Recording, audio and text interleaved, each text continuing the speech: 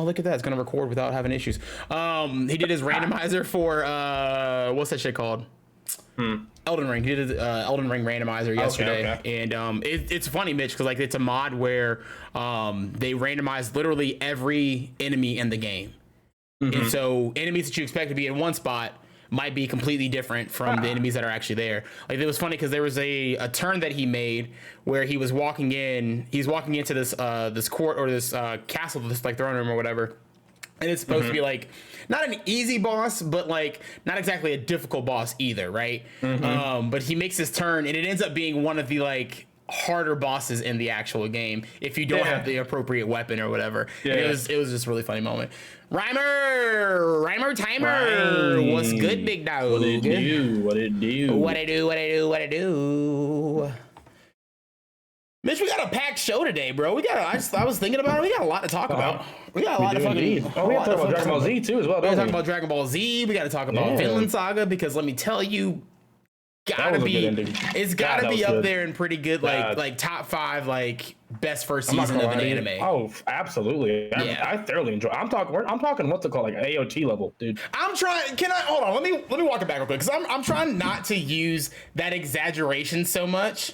Yeah, because I feel like people use, oh, that's got to be top 5, so much, and I feel like eventually comes to a point where not everything can fit in the top 5, right? Well, I mean, stuff moves out of top 5 every now and again, I mean, with that mindset, I get what you're saying. Not everything can be top 5, but stuff does move in and out as you're saying it, Yeah. I suppose. And as you grow and mature and you watch more stuff and you see different perspectives, stuff will come in and out of your top 5. Is that motherfucker? What up, kid? That everybody has way more than when they say they have a top 5. They have like a top 20 when they're really saying it. Yeah. They're saying like top 5. Yeah, for sure. How fast do you think you can fill up a top 20? A top 20 of what? Anime? Just anything. Like when you're talking about like a top 20 or whatever. Well, we're the regular anime bros. Let's go ahead and make it an anime, right? Do you think you can fill a top 20? A top 20 anime? What do you mean? Oh, let me. I'm trying to explain. Do you think you can fill a top 20 with anime that you've watched all the way through, whether it's one season, multiple seasons, but that you've watched all the way through, and you have a decent, not like a popular opinion, but you have a decent opinion on, if that makes sense? Can I just so are you guys can I name my top 20 animes, pretty much? I guess so. I guess. Yeah, I guess so. I mean, yeah. I guess that would be the question. I can name my top 20 animes. I guess that would be the. Now, when you name them, are they going to all be in like order, or is it going to be kind of like? So if you're asking like that TikTok trend where like you have to name it in the proper order, just like based off like so you give me 20 animes and I have to rank them best to worst, and I only get like one chance to move them. Yeah. Then no, I could not do it if I had 20 possible animes in front of me. Maybe we do that next week. Yeah, we can do that. Maybe you come up with the top 20. I come up with the top 20. We see whose top 20 is. Maybe 20 is too many. Let's do like top 10. Let's do top 20. Well, maybe okay. So maybe we come up with 20. Maybe we come up with 20 animes in general, and then we just make our own top 20. Mitch, we got an hour and 30 minutes to fill, bro. Yeah, we do have an hour and 30 minutes to fill. We also have news segments and everything like that. I mean, we can talk about it tomorrow. We'll talk about it tomorrow. All right. What's up, everybody? Sunday. Welcome back to twitch.tv/regulargamingguys_. This, of course, is your home for regular gamers. My name is Mike. That's Mitch. And we are your regular anime bros. It is Tuesday. That means your boys, your brothers are back to talk about anime. And in particular, 2 very big animes. We're here to talk about fucking Dragon Ball. And we're here to talk about Vinland Saga. Did I almost forget what the other one was? You definitely did. Yes, I did. Did I have to stop for 2 seconds to get that together? I did. But we move on. We progress and we proceed. But I digress. Yeah, if you want our official review, okay, of course, you can go to our TikTok, tiktok.com/@regulargamingguys. That'll get you the official. We have the official review of Dragon Ball Superhero. Of course, that came out over the weekend. So you definitely can go check that out over there. And let us know in the comment section of that video what you thought of it, however you do that. That's a weird way to pronounce Tekken, Mike. What up, big thing? Like I said, we've got a lot of not a lot of information, but we got a lot of stuff to talk about, to discuss. The first thing that I want to bring up since at the top of the show, was Dragon Ball Superhero. Like I said, you can go over there onto our TikTok, get our official review. The official Regular Animated Bros review on our scale 1 to 10. On a scale of 1 to 10, we gave it a 6 out of 10. In our, with our thumbs up, the actual like review system that Brandon gave us, it would be a 1 thumb up, you would say. But it's barely a 1 thumb up. Yeah. Right. Like I think it's barely a 1 thumb up. You gotta watch it. Yeah, no, let's just go ahead and hop into it, Mitch. I mean, people have already heard my opinions. I talked about it on Sunday a little bit with Brandon, and of course, my review is, or not my review, but I guess it would be my review, whatever. For the reviews up on the TikTok, that was my opinion. Mitch, where are you at with it? What were your thoughts on it, man? Where were you? For the most part, we share the exact same sentiment towards said movie, as I told you several times. Yeah. I don't think you can watch that movie from beginning to end, as well as the entirety of Dragon Ball Z, including Super and Dragon Ball and GT and pretty much everything Dragon Ball. You've watched all of it in its entirety, and you come back and tell me that was a good movie. Yeah. I don't think it was that good of a movie. At most, we give it a 6 out of 10, and we're only giving a 6 out of 10 because it's Dragon Ball, I feel like, to be honest. If that was like a first-time movie at all, then if it was a standalone movie, then it can probably be a little bit higher. But like you said in your review, we can't give you points for doing what you're supposed to do. Like at this point, I need you to go. You have to go above and beyond because you've done so much to get to where you are. Yeah. Yeah. Yeah. I think that we pretty much were just given a situation where people, or Gohan and Piccolo, got transformations, and that's why everyone's blowing this movie up. Yeah. When in actuality, Piccolo got a transformation and was pretty much nerfed not even like 5 minutes later. Yeah, no, yeah. So he got his orange state and then got beat up by Cell Max. And I get Cell Max supposed to be stronger, but why give Piccolo a fucking stronger? Why charge Piccolo up just for him to get killed in like 2 seconds? That shit's done. Yeah. And even his fight with Gamma, that wasn't even that good. But you should probably press it. Well, these are spoilers, boys and girls. Sorry about that. No, I mean, at this point, I mean, it's been out for the weekend. Huge Dragon Ball fan, or I mean, like, it's fine. Yeah, spoiler alert. Spoiler alert. This is the RGG spoiler alert system. And I mean, the transformations were not that. Not that big of a spoiler because it's been there already, but but still. Yeah. Either way, 5 minutes later, Piccolo gets his transformation. He pretty much one-shots Gamma, or Gamma 1, and then proceeds to lose to Cell Max. Shots 1, Gamma 2, Gamma 2. Yeah, Gamma 2, and then he gets destroyed by Cell Max. And then Gohan, when he turns into Gohan Beast form, he pretty much just does it. He goes Gohan Beast form, and then he does a special beam cannon. That's pretty much it. Yeah. None of that, like we said, like we told each other, none of that shit was earned. None of it was earned, and I get it's like all in a day, and I get why you have to rush that situation because if Goku and Piccolo or Goku and Vegeta come back, I think they beat Cell Max no problem. As much as Vegeta or as much as Piccolo's like, I don't know if they could handle it. Yes, they fucking could. They would have knocked his ass out. Yeah, I definitely think they would. Yeah, bad. Continue on. Especially because it was just a matter. It's just a matter of fact that all they had to do was like knock out his head. That's all they had to do. They would have took care of that shit. That'd have been easy money.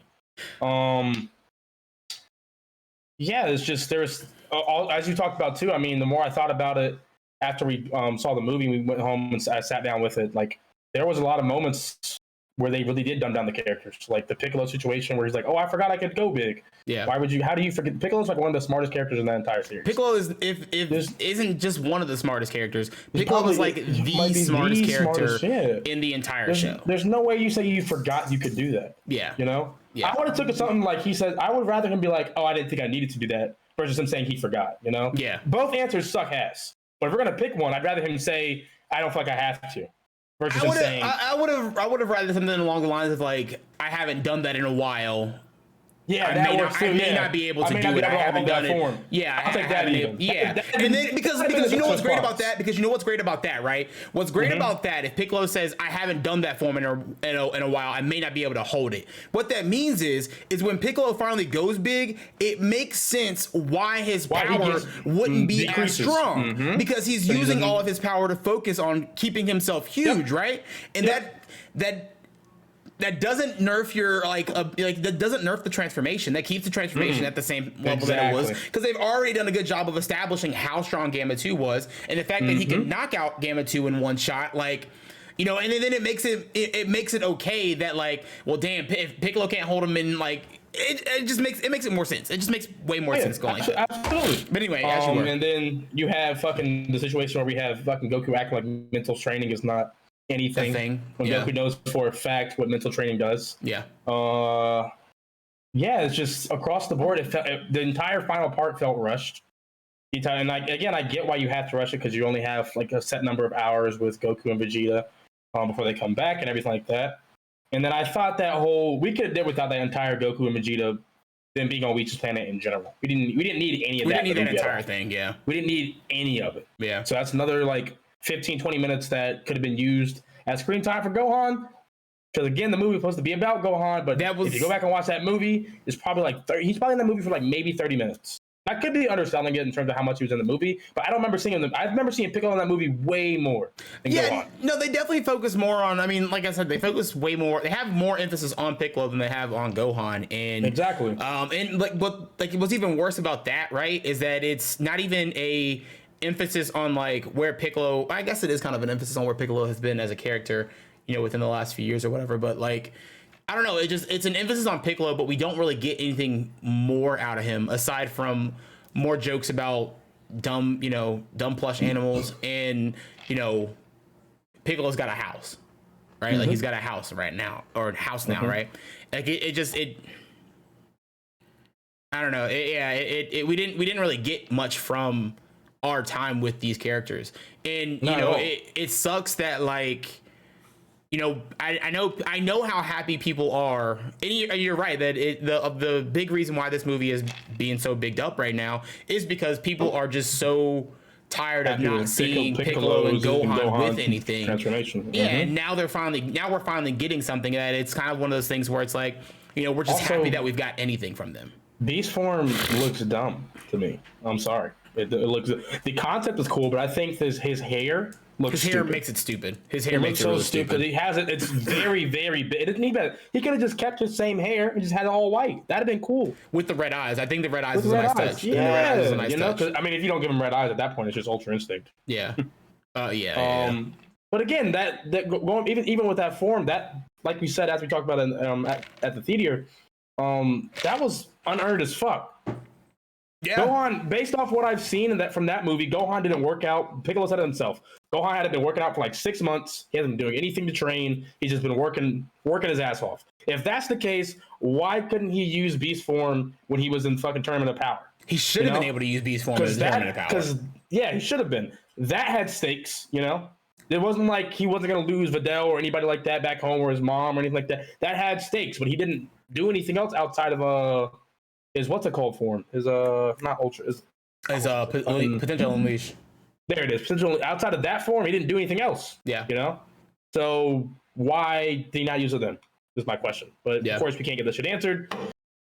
Either way, I'd have to give this movie a solid 6 out of 10. Was very let down by the movie, and I feel like a lot of people in the movie theater that we were with were let down as well. Normally, after a movie, you hear a lot of people talking all excited and stuff like that. Everyone was kind of like mellowed out.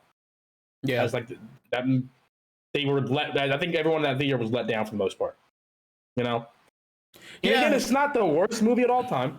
It's not terrible, but it's not anything of what I should expect from Dragon Ball Z, especially after we just got fucking Broly. The last movie put out was Broly. I think that's the that was going to be the uphill battle that they were going to face regardless, right? Because Broly was such a well done movie, from a plot standpoint, from a plot standpoint, from a canonization standpoint, from even an animation standpoint, right? Like Broly was just Broly was like the next, like what people have been wanting Dragon Ball movies. Like I said to this day, right? Like Broly is the reason why I want more canon anime movies, right? Because getting a canon anime movie means that we have stakes. We've got actual stakes here, right? People can die. People can, things can get written off. New canon can be added. Like it means something when we watch those kind of movies, right? Watching something like this where it's still the classic, super issue, right? That end of Z happens, right? Piccolo doesn't die at the end of Z because Piccolo's there. Gohan doesn't die because Gohan's there, right? Like we know that the world doesn't end and the world doesn't explode, right? So there are no stakes here, right? But with something like with something like Broly, you know, the way you fix that is like you do what Broly did, right? And you add new lore to the movie, right? You bring in new things, you bring in new concepts that like make sense, that are fleshed out and make sense, right? Nothing in this movie was fleshed out and makes sense. I also did not care. Nothing about Gohan's transformation was really explained, right? Piccolo's transformation again was kind of explained, but it's explained. Exactly lazily explained. I like I will say, you know, to give kind of a positive, I do like the fact that we got potential. Like we went back to kind of using the potential unlock, you know, method, right? Yeah. That I liked the idea of like, oh shit, you know, that's what not Kami but Guru did to Piccolo or to Krillin and Gohan. When they were kids. I've never had that happen to me. I know I still have more power, you know, within me, but for some reason I just can't, you know, unlock it. Why don't we try to do something similar, right? Like I like that. I like the idea of I like it, but I don't like the idea of being able to upgrade the dragon at will. I like that, but I don't like that. You know what I mean? Because again, then that means it doesn't add any. We've gone from. Why did you do it? Why did you do it in the past? Is the question. It brings up that question. Like, why didn't you upgrade them before? Why are you waiting until now to upgrade them again? You know? Well, I mean, with that, you could say that like Dende didn't know how to do it, right? Because you know, thinking back to. I guess. You know, the Boo saga and thinking back to the the Android saga, you know, because Dende wasn't there, or Dende had just got there in the Android saga, right? So it makes sense why he maybe didn't do it then, but now it's one of those things where like the Dragon Balls were already a cop out answer. Right? Exactly. And now it's even more of a cop-out answer. And like not only now is it a more cop-out answer, it is such a cop-out answer to the point where like Bulma's collecting these for fun. For fun, yeah. And not even just collecting them for fun. Bulma is sending people on the Capsule Corp payroll to regularly look for Dragon Balls. That means somebody at Capsule Corp's job is to search for Dragon Balls. Find Dragon Balls. What if we think back and we go back to where Dragon Ball was, and even Dragon Ball Z to an extent, right? Like how important or how hard it was to find the Dragon Balls, to get the Dragon Balls, right? And now we're just at the point now where just, you know, oh shit, send Joe up the street, he'll go get it. Any Joe Schmo can go get the Dragon Balls now, right? Yeah. And the animation style of that movie was not my favorite. I think it looked way too video game like. Wasn't a fan of that. And I also didn't really appreciate bringing in Goten and Trunks just to have them transform into the fat version of Gotenks. Like I thought that I know why they did it, because if they fucking bring them in, I seriously think if they bring in normal Gotenks, he probably beats Max Cell no problem. That's why they had to give him the fat version. 100%. And it makes me I did want to see. What? I would say that I do kind of understand why fat Gotenks was there, if that makes sense, because like the explanation is that the reasoning behind it is that Goten and Trunks haven't done the fusion dance in so long that it's kind of one of those things where it's like you go back to doing something you did as a kid but you don't really remember how to do it. So it makes perfect sense how we got there. Yeah. It's just it made me upset. I wanted to see what older Gotenks looked like. I got to see what older Goten and fucking Trunks look like already. And again, I get why they do it, because you also have if he doesn't, he one shots him, I feel like, but I don't know. Yeah. No, but yeah, you know, like I said, we've talked about it to death. I do want to kind of bring up, you know, we've talked to death about the negatives. Are there any positives from this movie that you have? Like, is there anything that you like? There are a couple good fights throughout the movie. Yeah. I mean, I appreciate getting a new form from Gohan, because it does look like that form. It looks like that form was strong as shit. Yeah. It's just that like we don't know how strong it is, because he fucking pretty much he one shot Max Cell, so we know he's stronger than Max Cell. But I didn't see anything else outside of it. All I saw was Special Beam Cannon. Yeah, you know, that's all we see. Yeah. So yeah, I remember seeing like the other day on TikTok, someone was trying to like rank like 9 characters, trying to rank Black Frieza, Gas, fucking Granola, UI Goku, Ego Vegeta. It's like the current generation of the current strongest motherfuckers. Yeah, there was 9 of them, and they were talking about how like you put Gohan up there because they had Beast Gohan up there, and they're like, we really don't know where we can put him. You know, we don't know. Yeah, we don't know what we can do with him. We don't know. We don't know if no we way can to put really him measure above him. anybody else. Yeah, or below. Like as of right now, you can really only put him for sure above Orange Piccolo. Which is why I really wish they like. I wish the cell that they used would have been, and it would have been a super cop out answer. Mm-hmm. But I wish the Dragon Balls would have been used to bring back Cell. Or bring back Dr. Gero, and Dr. Gero and Dr. Hedo worked together to create Max Cell. Kind of like on like some GT type shit, right? Where in GT you had Dr. not Wheelo, god damn it, I can't remember his name. It was Dr. Gero and another doctor. And they both created Android 17s, right? They recreated Android 17s, and they took those two 17s, and those 17s fused together, and that's how you got Super 17. Right? And so I wish they would have done something kind of like that, because that would have been cool, because because that's then like kind of a wink nod to GT for one. Two, that gives you a reason, because you could bring back Dr. Gero, and Dr. Gero could somehow have a way to bring back Cell that has like all the memories of, our Cell, right? Or he could just be a dumb robot Cell, right? Like he'd just be dumb, dumb android again, right? But you make this Max Cell, like you have them two create their own versions of Cell. They combine together to make a Max Cell. Again, that's a wink and nod to GT or whatever. And then you have Gohan, right? Or you have Piccolo. Then you send Max Cell after everybody. You send Max Cell after Piccolo. You send Max Cell after Gohan, right? Yeah. And you do something along those lines or something like that, right? That would have made more sense. That would have been kind of cool, right? But with Max Cell just being this dumb, huge brute of a villain, yeah, I also did not. Just kind of Hulk smashing everything, right? Yeah, I hate giant villains with a passion. I hate having to watch people fight giant villains. Yeah, it's so dumb. Yeah. It's so dumb. Unless the animation's done really well, where they're all working together. Because there's been a couple of like fights, like the Magi fight. Yeah, the Magi fight where they're all fighting the whatever he is at the end of that season or whatever. Like that fight was really good, but he was a big, huge brute thing or whatever. So it can be done good, but Power Rangers. No, Power Rangers, right? Although I'm not gonna lie, I'm not gonna hold you. As a kid, some of those Megazord fights were kind of tough. This was tough. Fucking Ninja Storm, bro. At the end, that shit was kind of tough, bro. That fucking bring out the goddamn fucking ninja sword. That shit is dope as a bitch. But no, I wanted, we were talking about Dragon Ball, right? That led us to talking, of course, outside the movie theater about where this kind of stacks up against like the other Dragon Ball movies, right? And I don't have a full like rank sheet or anything like that, but I do have a list of Dragon Ball Z movies in front of me, and I just kind of wanted to see where we think this movie might fall, right? So at this moment in time, from your memory of the Dragon Ball Z movies, what is your highest movie and what is your lowest movie? Of course, Bio Broly is the lowest. Yeah. And honestly, the newest Broly might be the highest. I'm trying to think.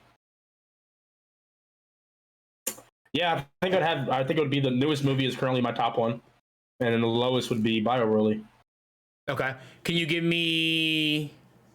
So I guess a better thing, because it's not really. If you could put it, you have the list of it. Yeah, I got it right here. Put it on share. It'll be second to you. I can't name them all. I can't name them all from memory right now. So you got that? Give me a second. I'm trying to open it. Jesus Christ! Should be in Discord. It is. Okay. That's funny. A lot of these I watched because of what's it called? Because of Dragon Ball Z Abridged. Yeah, but I mean, Abridged did that was one of the beautiful things of Abridged, right? Like Abridged did a really good job with making fun of the movies, but also really kind of keeping still telling the story. Yeah, still telling somewhat of the plot, right? I don't think this is better than Dead Zone. I like Dead Zone a lot for what it was. Yeah, no. World's Strongest, maybe. World's Strongest is the one with Dr. Wheelo. Yeah, Dr. Wheelo. Yeah, I could put this. I'll put strongest at 12. Is this in the 13 movies that we have? How many do we have? There are 4 minus 14. No, not 14. Not 14. Excuse me. 21. Holy shit. Yeah, there's a lot of Dragon Ball Z movies. Okay. Well, I definitely would put World's Strongest towards the bottom. Yeah, it was okay. It's definitely one of those mid. Same thing. Yeah, I got you right now. World's Strongest, Tree of Might, Slug. I don't know. I like Slug a lot. I like Slug a lot. Slug's good. I mean, Slug is good, but like, for where they're at in the show, I think they did a really good job. I liked it a lot. Okay, all right. I guess that's fair. I would have, of the older movies, I'd have Slug as towards the top for me personally. Okay. Cooler's Revenge. I wouldn't even see. Okay, I got you. So I would say Slug, Cooler's Revenge, Super 13, Broly the Legendary Super Saiyan, BoJack Unbound, Fusion Reborn, Wrath of the Dragon, Battle of Gods,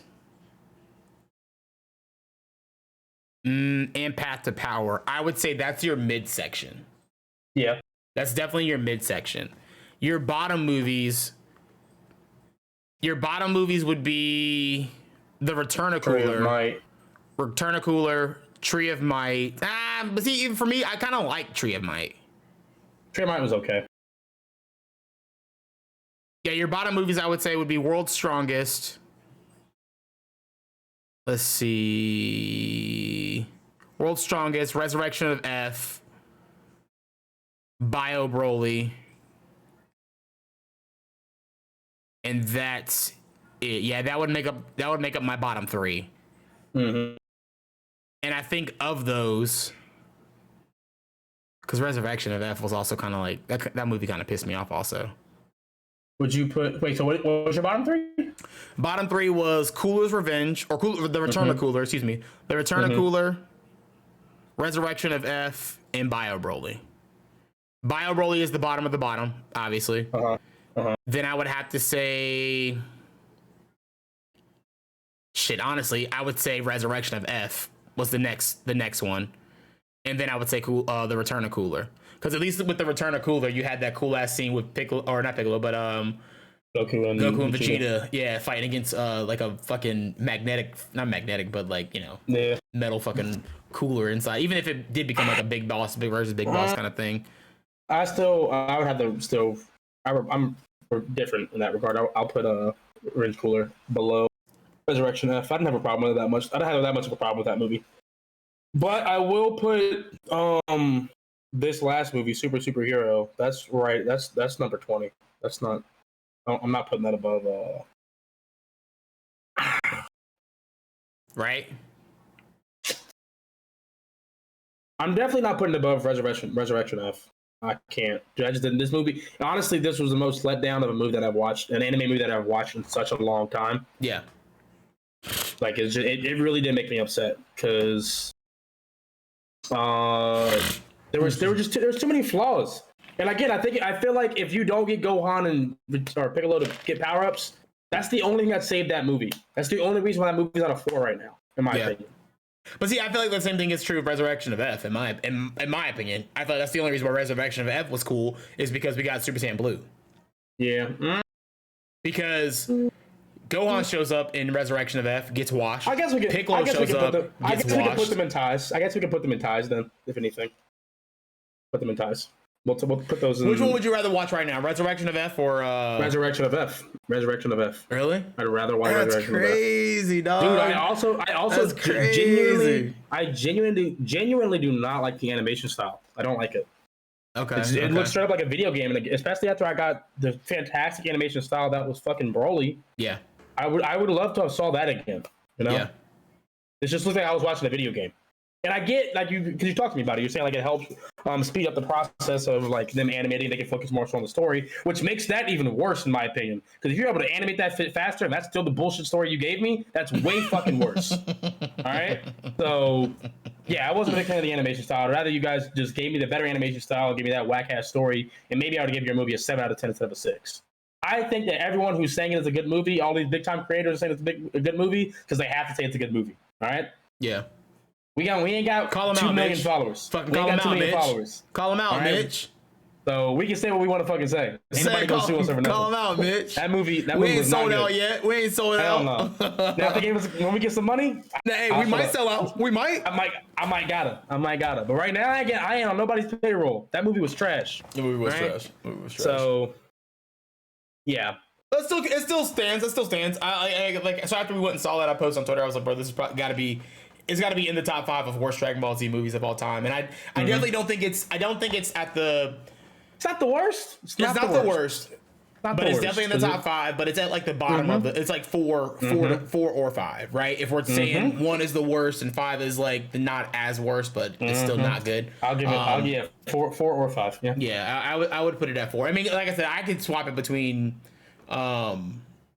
Resurrection of F and this, because like I did not care for Resurrection of F. We losing Mitchell. No. Can you see me? We just lost your camera. That's all. Hold on. Oh, okay. Give me a second. No, none. There it is. We're back. We're back, baby. We're back. We're moving. I have no idea why it started being weird. Yeah, life is weird sometimes. Yeah. Yeah, no, I mean that's our thoughts on Dragon Ball Superhero. We, like I said, we went and saw it over there. If you want to watch the review, if you want to watch like a concise review, we posted it over on our TikTok, tiktok.com/@regulargaming, guys. Let us know what you thought of it in the comment section. Leave a like on it and everything. If you haven't followed us over there, follow us over there. And if you haven't followed Mitch on TikTok, go follow Mitch on TikTok. Mitch.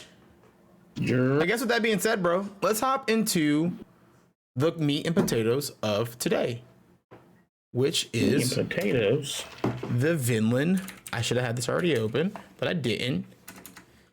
Mitch, talk to people about potatoes while I get this open.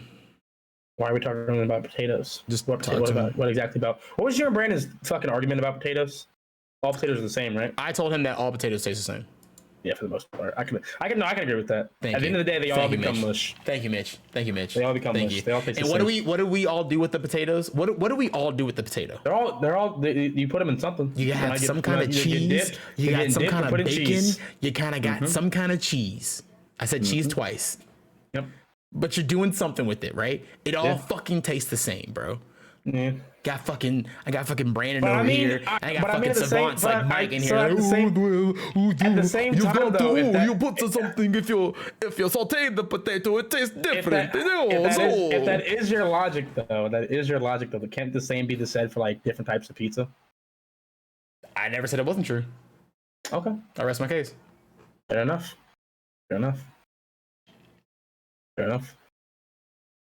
But yeah.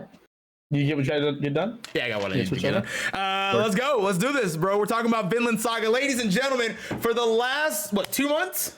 For the last 2 months. Last month, right? 8 weeks. Last 8 weeks. 8 weeks. Oh, it's been 8 weeks. Yeah, it's been about 8 weeks, I thought. No, it's been about 24 episodes. We're watching 3. So we weren't here for a couple weeks. We had a couple weeks off. About 3 months. Last 3 months, in my opinion. I'm thinking. Because it definitely was 8 weeks of us reviewing for sure. Yeah, but we have missed a couple weeks over these last 3 months. We've missed a couple of weeks over the last 3 months. Well, anyway, for however long we've been getting together, we watched 3 episodes of Vinland Saga. We come back, we do a review for it. We finally hit the final 3 episodes. All 3 episodes, really good. They all aired. Give you kind of some kind of perspective, right, Mitch? We're talking about Vinland Saga coming back in January 2023. These 3 episodes aired in December 15th, 22nd, and 29th of 2019.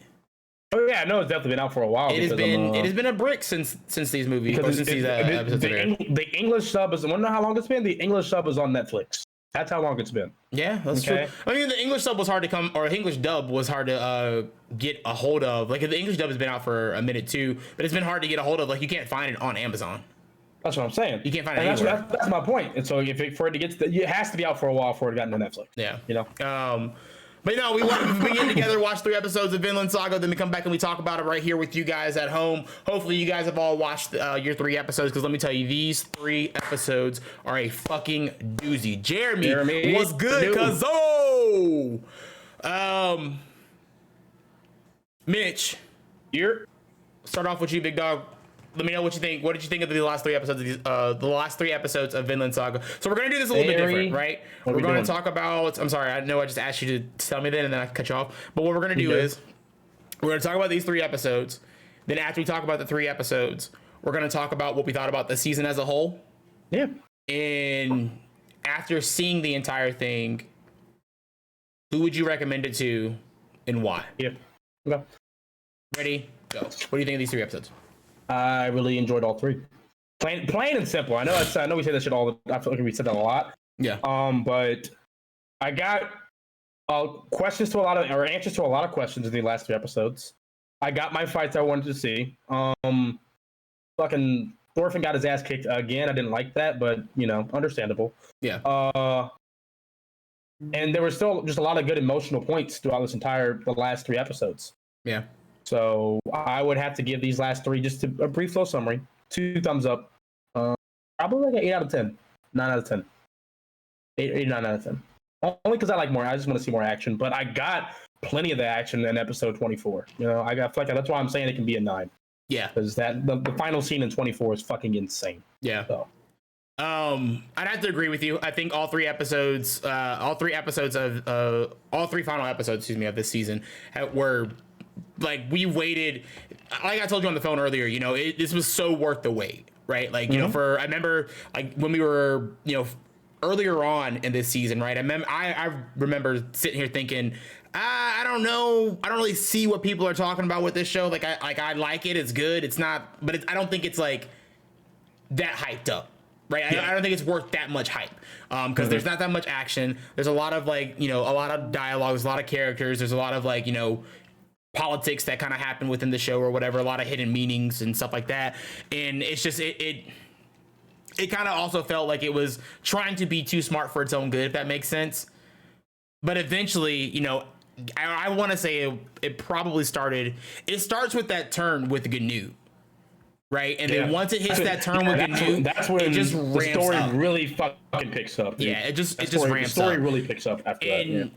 The final episode is called the title of the episode is called Into the Prologue, right? And that's truly, after having seen the whole thing, that's what it feels like. It feels like this is the beginning of a story that is going to be just. I'm not gonna one to send home. I didn't know it was called Into the Prologue, but that is the perfect fucking name for this. Yeah, and that final, especially with that final scene, right? That final scene where I started laughing, bro. I started fucking laughing because that goes to the part with the beach, right? And there's the girl making the little circles. I said, oh shit, it's that dumbass girl Mitchell doesn't like because that was the chick or whatever. I was like, but that makes sense, right? Now we're seeing all of the They did hint at a couple of characters that we have seen or whatever, and then of course they introduced a couple of like new characters that are going to be coming up. I don't know who the fuck the final dude with the orange hair was. I was trying really hard to think of who the fuck that was. What's funny is I was watching it at the gym, right, and while I was working out,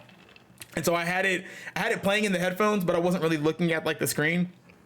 So I had to go back and like rewatch the actual episode. But when that final sequence starts to come, that's when I like completely stopped my workout, looked down, and I'm just looking at the phone at this point, right? And because of like the way the lighting was, it darkened my screen for some reason, right? And so to me, I thought we had hit a time jump. Yeah. And so I thought that was Thorfinn, and I was like, "Oh shit!" So they're just gonna start with it being a being an adult. Time jump as well first. Yeah. I thought they jumped to him being an adult as well. It looked like it, but yeah, clearly after watching it now, Yeah, after going back and actually watching it though, I definitely see that it's not he's not just it's not Thorfinn, obviously it's somebody else. Yeah. But these final 3 episodes, man, this was definitely worth the fucking wait. Just that whole I did not expect the meeting with the king to take 2 episodes. Yeah. I didn't think that was going to happen. And for it to end off, like, this was such a, like, I could imagine watching this week to week. Oh, yeah. I would be hyped as a bitch watching this week to week. Upset, but excited, right? So to kind of, button it where you buttoned it, right? I'd have to do the same thing. I had to give it 2 thumbs up on our thumb scale. If this would be, I'm not gonna say even like an 8. I would say a 9. Like I'd give it a hard 9 out of 10. Sure, yeah. The thing that stops it maybe from being a 10 out of 10. I mean, honestly, I'm willing to commit all the way, actually, to say it's a 10 out of 10. I would say I'd have to go between 9 and 10, right? That's fair. Because I didn't really, aside from wanting more of the story, they didn't leave me with anything. They didn't leave me with wanting anything more from this current moment in time, right? That is true. Everything was answered. Everything was like set up. Like, you know, did I like the answers that I got? Not necessarily. I didn't think the ending was going to happen how it ended. To be honest. Exactly. I did not. That was caught me off guard, dude. And Completely. especially with how it happens. How it happens, dude. Like that moment in 2023, like that moment in 23 where he just fucking goes for it. I was like, yo. Yeah. All right, we're here. This is it. This is okay. Let's fucking, let's just fucking go for it. But yeah, no, 2 thumbs up from us, or from both. Yeah, from both of us. I would say, like I said, I said a 9 or a 10, 9 or a 10 out of 10. You know, one of those two. You know, pick your poison, whichever one. I guess with that being said, let's go ahead and just pop into the full spoiler, man. We know we did spoilers earlier, but this is spoilers for Vinland Saga. Spoiler alert. This is the RGG spoiler alert system. Yeah. Warning you that spoilers are incoming. You have been warned. You go ahead and start off with episode 22. You want to start off with 22? Nothing. You can like, read the what's it called? Read the synopsis and everything. Okay. Episode 22. Title is Lone Wolf. This one premiered December 15th, 2019. The synopsis goes like this.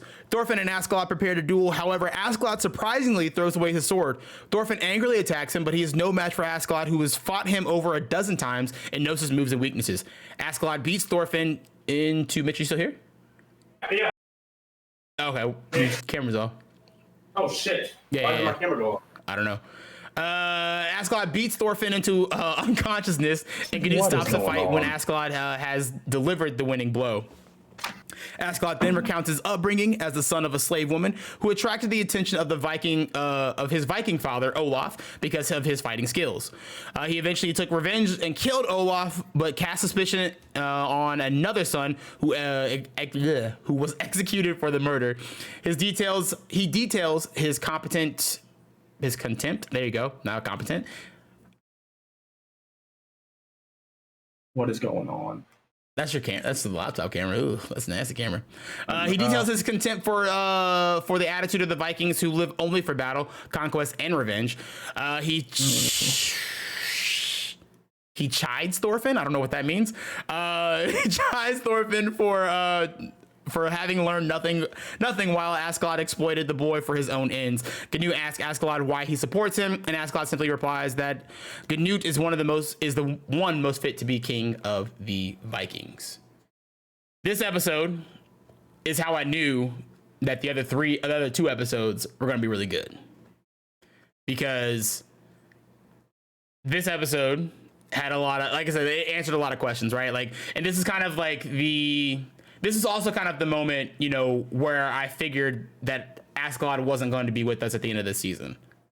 You know, because you've got this episode, like, you know, like we just said in the synopsis, right? Askeladd gives his full backstory. We finally get all the answers that we've been asking for about Askeladd, where he came from, why he hates the Danes, you know, and you know, what's his deal with, I guess, with the Welsh, essentially. And all those answers get, you know, all those questions get answered in this episode. And after that, and usually with any TV show, right, once all the answers to the questions about specific characters get answered, it's like, all right, dude, you're probably done on the show. You know, Walking Dead was really good for this. Anytime we got, like, you know, full on episodes, you know, that had detailed somebody's backstory and everything, that person was usually dead within the next 2 episodes, right? And so, you know, that's kind of where we were at, right? I did think it was really funny. You're muted. Hey, didn't even fucking think about that. Thank you for that. Didn't even think about that. We got all that information on Askeladd. Like, I should have saw that as an anime fan. You should definitely should have saw that coming. Yeah, 100%, right? But this show does such a good job of kind of like playing with your expectation that, like, you know, you don't really think about it, right? I thought it was fucking hilarious, the moment where it's after the duel and Canute walks over to Thorfinn, and he's like, Thorfinn, wake up, Thorfinn, it's you know, it's okay, you're gonna be all right. And then Thorfinn immediately wakes up, and then he just jumps back into action, and he's about to start fighting, and Canute's like, bro, the fight's over.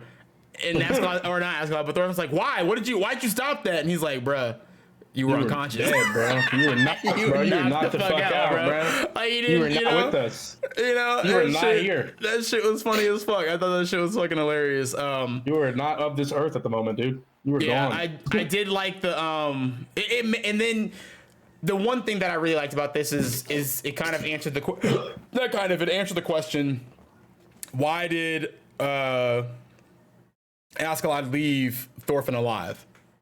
Why did he keep Thorfinn around? And you know, a lot of it is, you know, obviously, you know, they kind of implied about the whole surrogate son, you know, type deal or whatever, and it's very obvious, you know, at the end of this episode that he saw himself in Thorfinn. And that's why he kept, you know, that's kind of why he kept him around and everything.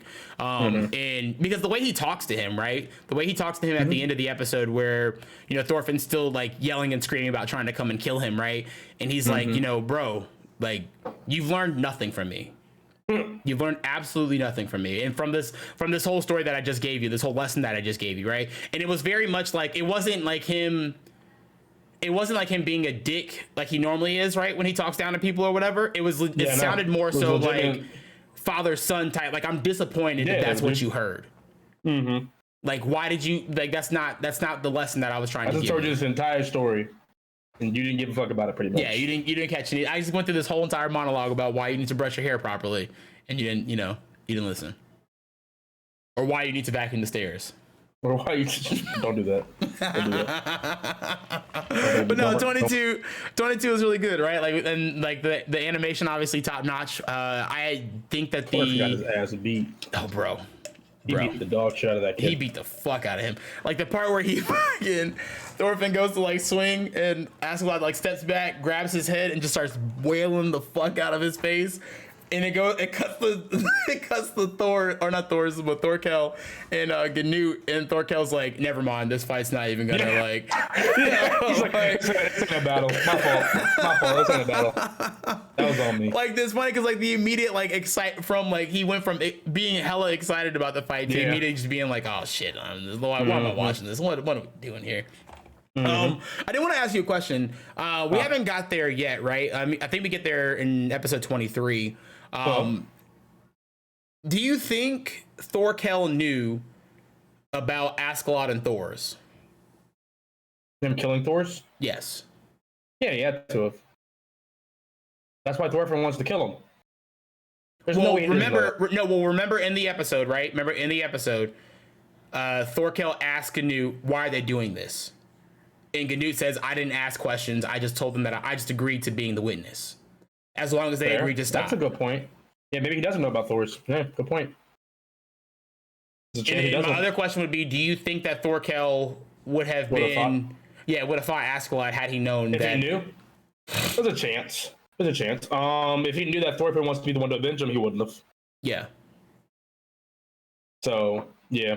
There's that, right? And he definitely, and he would have known as soon as that was talked about, if that ever got talked about at any point in time, because Thorfinn has made it abundantly clear several times that he wants to kill Askeladd. He wants to be the one to kill Askeladd. Yeah, he wants Askeladd dead. So yeah. Where you at 22, Mitch? You know, we just finished talking about it. I know you kind of were saying some things along the way. You had some weird camera issues. Well, what do you think about 22, bro? I enjoyed it.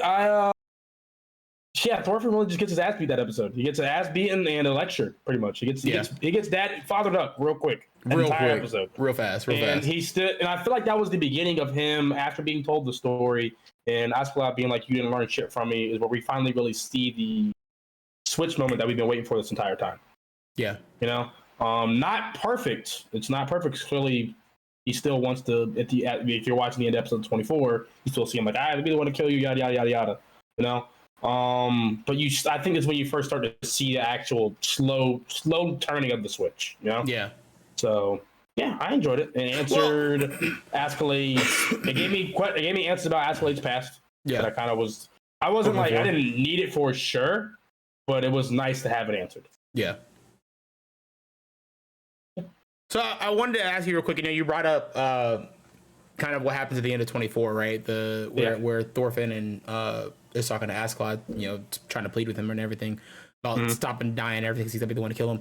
Do you think it was more of a, because the way I felt like the performance, like it was being performed, it was more so being performed from the standpoint of, I'm trying to keep up the facade that I want to kill you, but I actually don't want you to die because, it's the surrogate son thing, right? I actually don't want you to die because you kind of took the place of my father, and I don't want to lose my father again. No, I still think he wants to kill him. Be the one to kill him.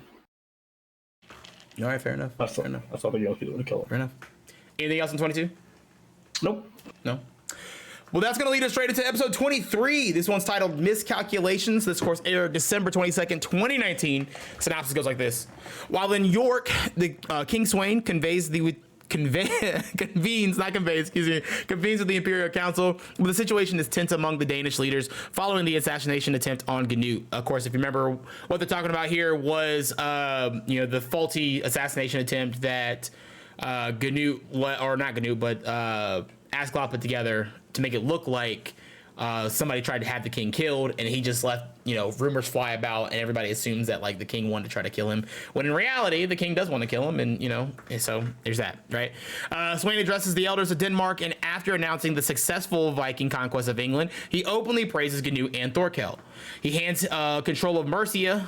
It's Mercia, right? Yes. Yeah, hands control of Mercia, the most prosperous part of England. Most prosperous part of England to Canute, then announces preparations for an attack on Ireland in revenge of the humiliation of King Harold by Brian Bjor. I don't remember who that was. Specifically Wales. Yeah. Excuse me. Well, this is before the Wales. Oh, this is before Wales? Okay. That's before the Wales part, right? This is where the Wales part is getting ready to come in. Askeladd believes his strategy for Canute's ascendancy has worked. However, he is horrified when Sweyn also announces his intention to subdue Wales in the coming spring because he believes that they are sowing the seeds of rebellion, which, of course, the reason why he says that is because they sent 2 envoys out to Wales, and they have been, shut down, either killed or shut down, both times, right? Meanwhile, badly beaten, Thorfinn is thrown in jail after creating a disturbance in the street. Leif Erikson visits Thorfinn in jail and promises to return him to Iceland and then onto warm and fertile land of Vinland. Back in the Imperial Council, Floki tells Sweyn of Askeladd's reaction to the announced attack on Wales, which he believes shows weakness for the Welsh. He believes that Askeladd has a weakness for the Welsh, which is true, obviously, because that's where Askeladd's mother comes from. That's his mom, right? That was his mom. Not his mom, and his mom buried, but his dad also was from there. Okay, I thought his mom and dad both came from, or his mom came from there. His dad was, I'm pretty sure... His dad was Danish, which is why he hates the Danes. His dad was Danish? Oh, never mind. It was his dad was Danish. I thought, it was Danish. From there. Yeah. Askeladd vainly tries to think of a plan to thwart the king and confesses to Thorkel that his mother was Welsh, but swears him to secrecy. Askeladd is then called before the king and wonders why his luck always deserts him at the 11th hour. This, of course, is a kind of a callback to, of course, what happened with Thorkel and everything, prior to, earlier when they were trying to run from him and everything. I did like this episode a lot because it's really funny because you're really like, we think everybody's on the up and up. We're like, oh shit, our boys got it. We got it. We going, we win it. We won. And then that switch flips. And then, the king is like, and we're attacking the Welsh too, buddy. What's up? And then that's when I was like, oh shit. Like, this is like, shit's gonna get real. I was excited. That's where I was really excited. I was like, all right, let's see how Askeladd thinks his way out of the situation, right? And he starts off with like he starts off with violence. Like, well, we should try to kill the king now. Let's just kill him now. Like, let's just fucking do it. And he's like, no, we can't do that. We might lead incite like rebellions, this, that, and third, or whatever. And he's like, we got to figure out a way. And then he goes up to him, he talks to him, and as he's talking to him, that's when bro's like, the king really did himself in. He did. He did himself in. But then he had to call. He came for his mom for the second time. Yeah. Came for the entire people of the Welsh again. Yeah. He was talking shit, expecting not to get hit because he was the king. Yeah. All right. And he's a piece of shit king already. He was slapping his dick on Askeladd's shoulder for like the last 20 minutes. Yeah. Expecting that nigga not to react at all. Yeah. So. And I think we're like combining kind of 23 and 24. But hey, you know what you're here for. Nope. Well, okay.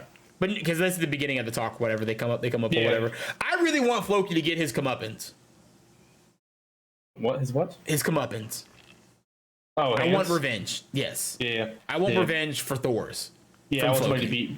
I want somebody. I was really hoping. I was ready for Askeladd to whoop his ass. Yes, which he kind of does. 24. He kind of does. He puts Floki's on the ground. Floki's on the ground. He puts him in his place, but like he doesn't really do anything. I was expecting him to get his I was expecting Askeladd because fuck it. If you want to go ahead and we can just talk about episode 24. Just get the synopsis 24 as well. No, you can kind of combine it too. I'll do the synopsis or whatever. We've been doing the same thing with all of them. Yeah, that's fair. When he was fucking taking on the entire army and everything like that, he was breaking through people's shields. I was expecting him to break through his sword and cut him in half. Oh yeah. Remember when he fought fought his own men. Fought his own men. Yeah, he's fighting his own men. He cut that nigga in half through the top of his helmet. So I was ready for him to break through this dude's sword and cut him in half. Yeah. That ended up not happening. No, because he ended up stopping or whatever. Mm-hmm. But yeah, no, this episode was really good. And this is where I kind of started thinking about I started thinking about placement and like where characters are in the scene, and has one character possibly heard something from another character because of where they're sitting at and how they're sitting about or whatever. And because if you look at where Thorkel and Askeladd were seated at, were seated at, they were kind of right next to if the king's like right here, they were like right here. They were pretty close to him. You know what I mean?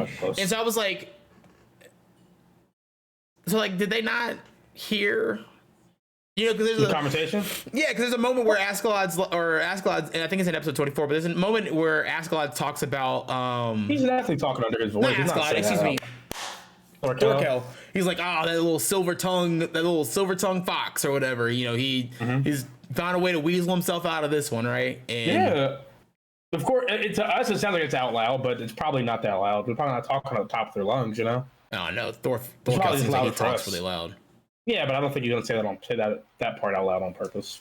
Fuck his own team, because he's kind of working with Askeladd at this point. Yeah, but that's where that's where the Steve was playing or whatever. Any other thoughts on 23? I'm just really trying to talk about 24 because that shit is crazy. Without further ado, let's talk about episode 24, man. Let's finish up this review with episode 24. This episode is titled "The End of the Prologue." This, of course, aired December 29th, 2019. Synopsis goes like this. While Askeladd receives his reward for saving Prince Canute, he daringly questions King Sweyn's orders to subjugate his own homeland of Wales. Askeladd justifies his statement by saying that the poor mountainous country of Wales is not worth the cost to conquer, and offers to broker peace instead. Surprisingly, Sweyn accepts Askeladd's counsel, but then forces him to choose between Wales or Canute. If he chooses Wales, he must deliver the head of. If he chooses Wales, he must deliver the head of Canute. Meanwhile, Leif Erikson almost convinces a badly beaten Thorfinn to sail away with him, but the youth returns to the Imperial Council. Sweyn's offer proves too much for Askeladd, who openly insults the king and denounces him. He reveals came for that nigga, bro. Fucking came for that motherfucker hard, bro. He reveals that his name is Lucius Altorius Castus and claims to be the legitimate heir, the heir to rule Britannia, which was like a hype. That scene was hype as a bitch, bro. I'm not gonna lie. Yeah. When he finally just like outed everything and he's like, bro, I'm him. Yeah, that shit was hype as fuck. Floki tries to save the king, but Askeladd beheads Sweyn before anyone can move, and then fights alone against the Danish soldiers. Canute realizes that Askeladd is acting to protect him, but Thorkel reminds the prince that Askeladd is his man, so Canute steps forward and kills Askeladd with a stab to the heart. Thorfinn arrives only to have Askeladd die in his arms. Angrily at missing his last chance to duel with Askeladd, Thorfinn attacks and cuts Canute in distress and despair. But Canute takes charge and claims command of the Viking army and the rule of England. Thorfinn is dragged away, and as he drops his knife in the chaos, his entire journey flashes in the blade reflection. The episode ends with shots of several previously unseen characters in various locations. Previously unseen characters? Yeah, previously seen and unseen characters. I'm telling you that the chick on the beach was the chick from. I didn't think that was old girl. I didn't think that was a chick that I hated. None of those characters at the end I did not remember seeing. The back of her head looked familiar. Like it looked like it was from like she was from like. I just took your word for it because I was like maybe I just didn't get a look at her, but I don't remember that character. Looked like she was. I don't know. Anyway, this is episode 24. Unseen characters. Yeah. Episode 20. This is also Wikipedia. Wikipedia could be wrong. That nigga Escalade snapped. He did, and honestly, there actually was a moment there where because of what happened in 23, where he was like, I don't know what to do. Like I don't know if we should go with violence or if I should try to figure out a way out, right? And then when the king calls his bluff, right? I was like, oh shit, this man is really in a corner. Like he's got nowhere to go. And so I thought he legit just snapped because it was out of desperation. And then I did too. And then you see Canute and Thorkel talking. Yeah, and it seemed like that was low key part of the plan. Yeah, and then Canute's like, whole time? Just says it or whatever. Yeah, I don't know if it was whole time or if it was just something that he came up with on the fly, right? I figured what it was is probably an on the fly situation, and but Canute just happened to pick up on it. But I legitimately thought that he had just gone mad. Like I thought he was pissed. He just lost it because the bro talked about his mom, and we've seen a couple times where the second anybody talks about his mom, he just snaps. Right? But at the same time, it's also Askeladd. It's also Askeladd, and we should have known that like there was a deeper meaning to the entire thing. That's fair. I did really like the ending moment with him and Thorfinn, where that was good. That was a nice moment. He tries to tell him it's kind of similar to. Listen, the synopsis didn't say it, but he cuts the king head off, and he goes absolutely fucking bananas on everybody in that building. Oh yeah. Okay. Yes. He whoops some serious ass for a hot minute. Pretty much wiping out all the king's guards. Almost kills Floki. Almost so close. And then very close. He would have killed Floki if it wasn't for the fact that I guess now king. Wasn't for Canute coming through, and Canute actually ends up being the one who kills Askeladd. So did I say the synopsis? Is that the synopsis? Yeah, that's in the synopsis. Oh, okay. Stabs him in the heart. But yeah, so. Yeah, no, he was putting in work, and I think my favorite part of this entire episode, it's between him actually beheading the king, because that moment was just hype as a bitch, and I was not expecting that at all. Yeah. There was the moment you called me at? Was that the part that you called me at? Okay. Right after, I was like, yo. Yeah. When I was in the gym, I was watching this episode in the gym, I was like, yo, ain't no way. I was in disbelief for a solid, like, minute and a half, just like there's no shot this nigga just did that. Yeah. And he goes bananas on everybody else. And then I don't know if it's that moment because that was a really hype ass moment, or the moment with him and Thorfinn at the very end where they're talking. And I was trying to see if I could sense some like father son. It was so hard even to the end to sense a father son moment from them, because like you get those vibes, but I also just don't know if Thorfinn was like just really mad that he didn't get a chance to kill him. Yeah. Or if he's like mad because he sees another one of his father figures dying. I don't really know. Yeah. It's that's a little confusing to me still, but I didn't have it. It wasn't confusing enough to like make me upset or anything like that. It's just a small twig that it's like I still can't comprehend. Well, I don't comprehend it. I think there was. It is possible that I may have been looking too much into it, right? Like I may have been seeing too much of like wanting to see wanting for them to just finally say it to like the moment with Bjorn, was it Bjorn? Bjorn, yeah. Like the moment with Bjorn where Bjorn's just like, bro, you're my friend. You know what I mean? Mm-hmm. I wanted so badly, like through this season, for the two of them to just be like, yo, all right, like, or for them to have a moment of like where they mutually respect each other, like, right, yeah, like something like that. You know what I mean? Like, I accept you as my papa. You know, I accept you as papa, right? You are not my papa. But you know, obviously we didn't get that. It's possible that like I said, I maybe just be looking too much into it, but I definitely. I feel like you might have been. I definitely think there's a level. No, you're good. I definitely think there's a level of respect and care. Yeah. For Thorfinn. I think at least from Askeladd's side. Yeah, at least from Askeladd's side. Yeah, there's a little bit of respect and care for Thorfinn from Askeladd's side. I will never be able to tell, especially him being dead now, that Askeladd or that Thorfinn ever cared for Askeladd. Yeah, but I definitely feel like Askeladd cared for Thorfinn a little bit, because he did see himself in him. And yeah, I also didn't see Askeladd dying. I also did not see that coming. Those were two. I mean, I kind of so like once I saw him kill the king, and I saw Thorkel talking to Canute about like them talking about planning and everything like that. I was like, oh yeah, Askeladd's dead now. I was like, that's it.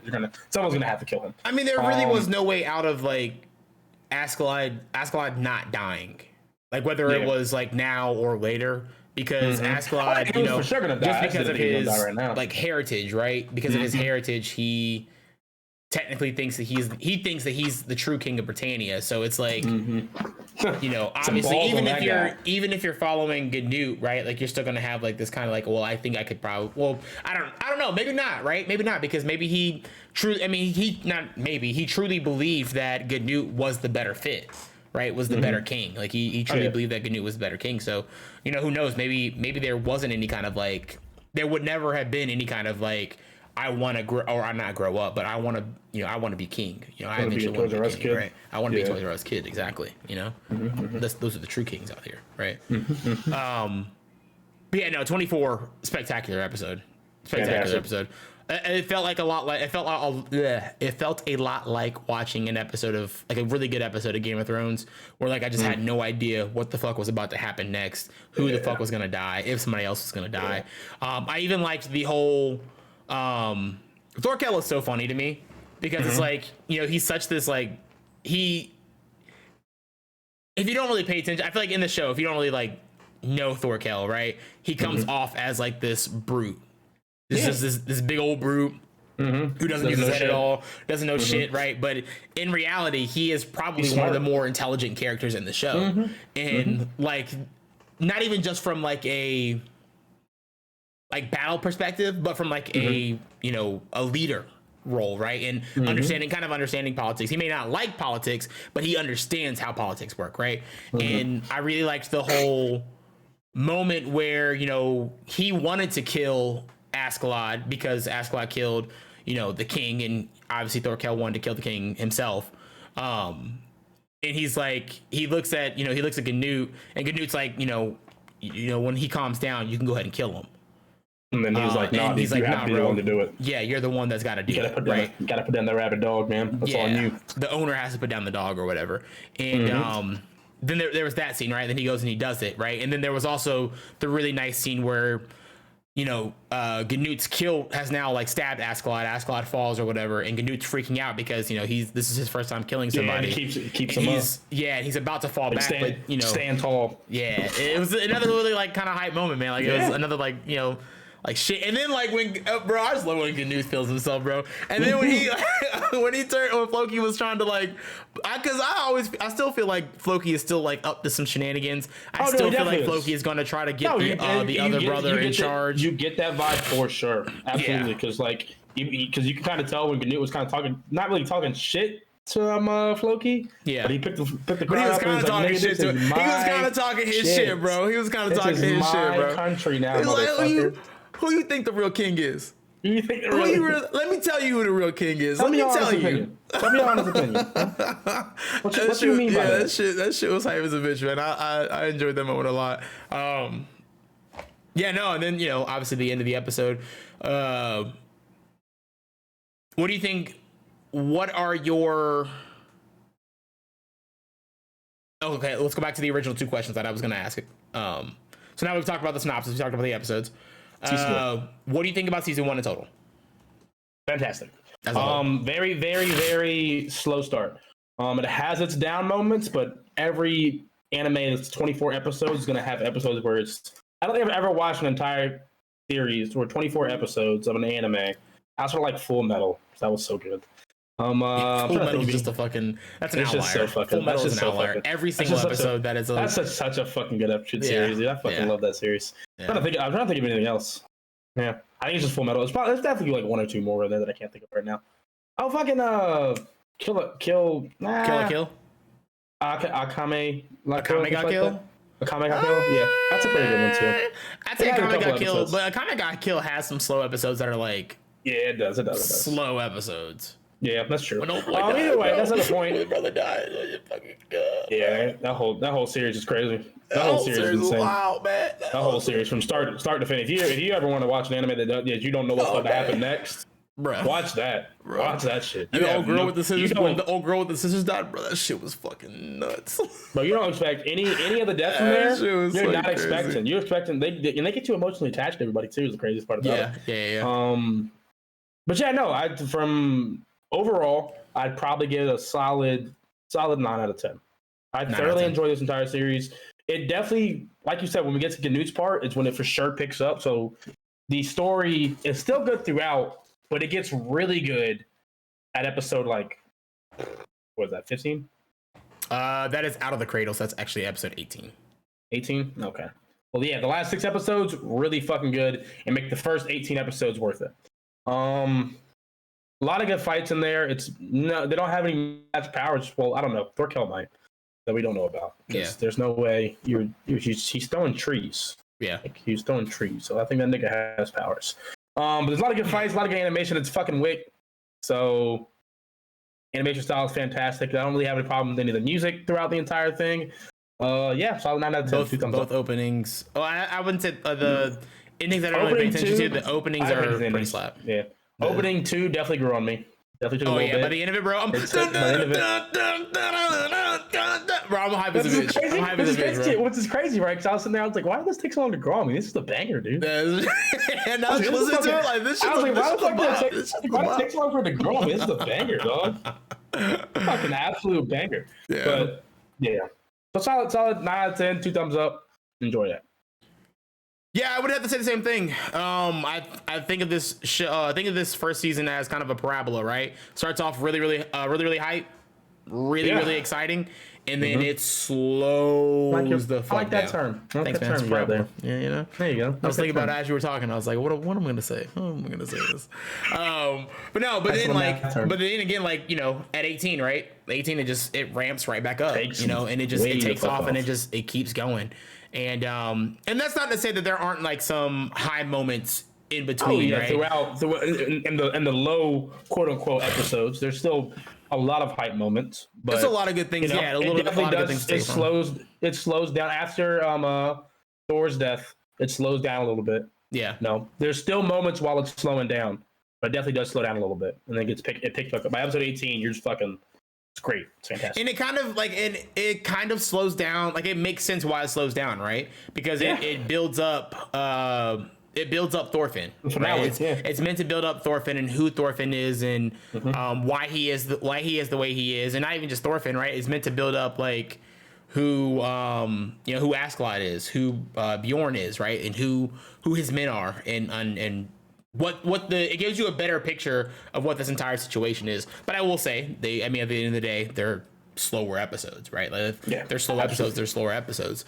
Everything's gonna have slow episodes, man. Yeah, and then then it ramped right back up, right? It ramped back up, and it gets to a very high point. So I'd have to say same thing. I'm thinking 9, maybe 10. And the reason why I would say I would lean towards the 10, right, is even with the slow episodes, you know, at the end of this, I am left wanting more episodes. Right? I'm left wanting more of the show. I'm not left with a sense of, damn, I'm glad that's over. Yeah. Right? Or I'm not even damn that I'm glad it's over, but it's like, it's I want more episodes, but I don't want more episodes because I have questions that haven't been answered. Yeah, it's just you want more episodes because I want to know what's next. I want to know what the next part of the story is, right? And you know, I'm telling you, like this whole section being a prologue, such a great call, such a great call on the creators part, right? But yeah, no, 2 thumbs up, 9 out of 10 from us. RGG. We'll look forward to the TikTok here in a couple of days, probably. With that being said, the third question that I had, Mitch. Who would you recommend this show to? Obviously, we all know that, you know, not every anime is for everybody, right? Yeah. And so the idea behind this question is, you know, if you're a fan of action animes, definitely check it out.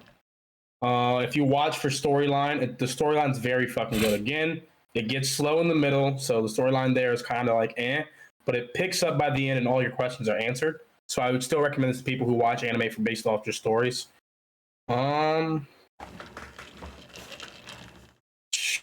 anybody who's been watching anime for a while as well, if you're looking for something new to watch and you just can't think of anything, this is definitely worth your time. If you like anime as a whole, not just really picking into one. If you're just an avid anime lover in general, I would definitely recommend this. But for sure, I'd recommend it to people specifically who watch for storyline or people who watch action animes. Fair enough. Yeah, I think the same. I think if you're a fan of, it's not as head chesty as like a what's that one show? Code Geass or a Death Note. I use those because those are two very popular answers, right? Or two very popular like head chesty type shows. It's not as head chesty as that. It's a little. I would say it's a little bit less, but there's still enough there that if you like that, if you still like that kind of stuff, right? Then that's fair. You're gonna have a really good time with it.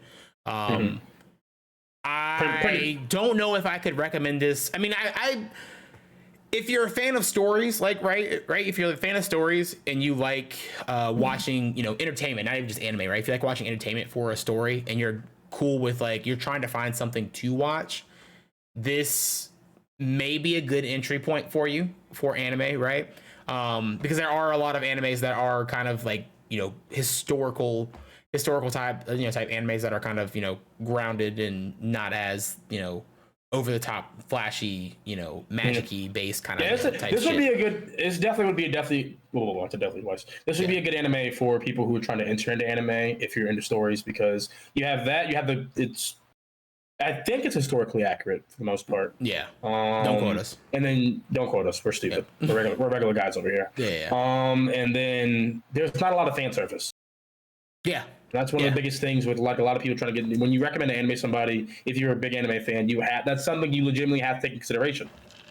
Because that's the main reason why a lot of people are drawn away from anime nowadays, because you have all that fan service 24/7, a lot of them. So this one has none. So I would definitely recommend this to somebody who's trying to get into anime, who enjoys the historic aspects of it and likes the story. Yeah. Yeah, of course, I don't think any of these characters are. I know I'm sure the events are probably historically accurate, but I don't think any of the characters are. The characters themselves, characters. But I think the events are. Yeah. Again, but yeah, no, this is definitely. I definitely think this is worth a watch. Definitely think would recommend it to people. I mean, I might even recommend it to even like people who are.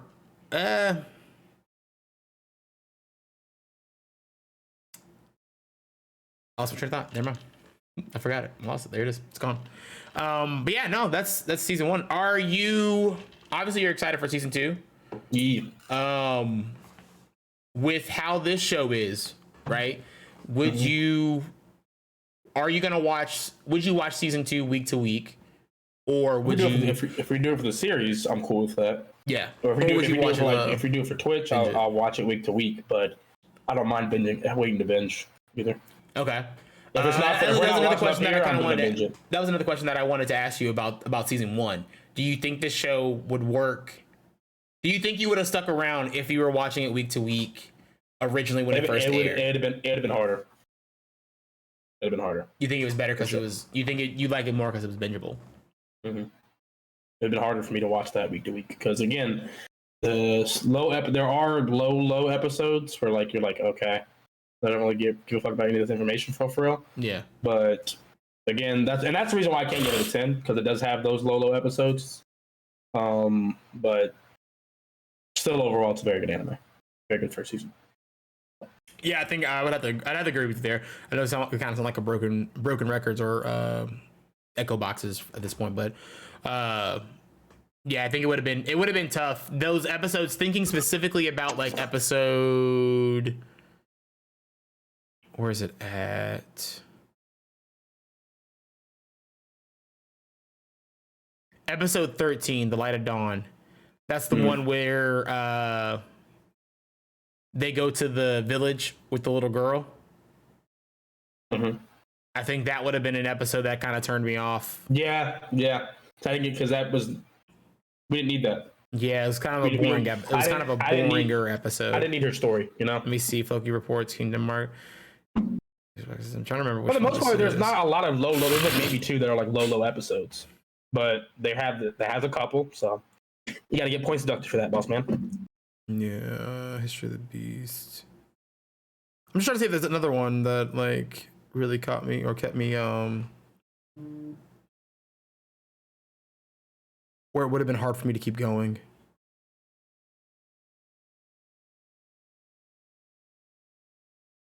I think the episode where they go back to his village too. That would have been a hard point to get past. What, go back to his village? When they go back to Askeladd's village.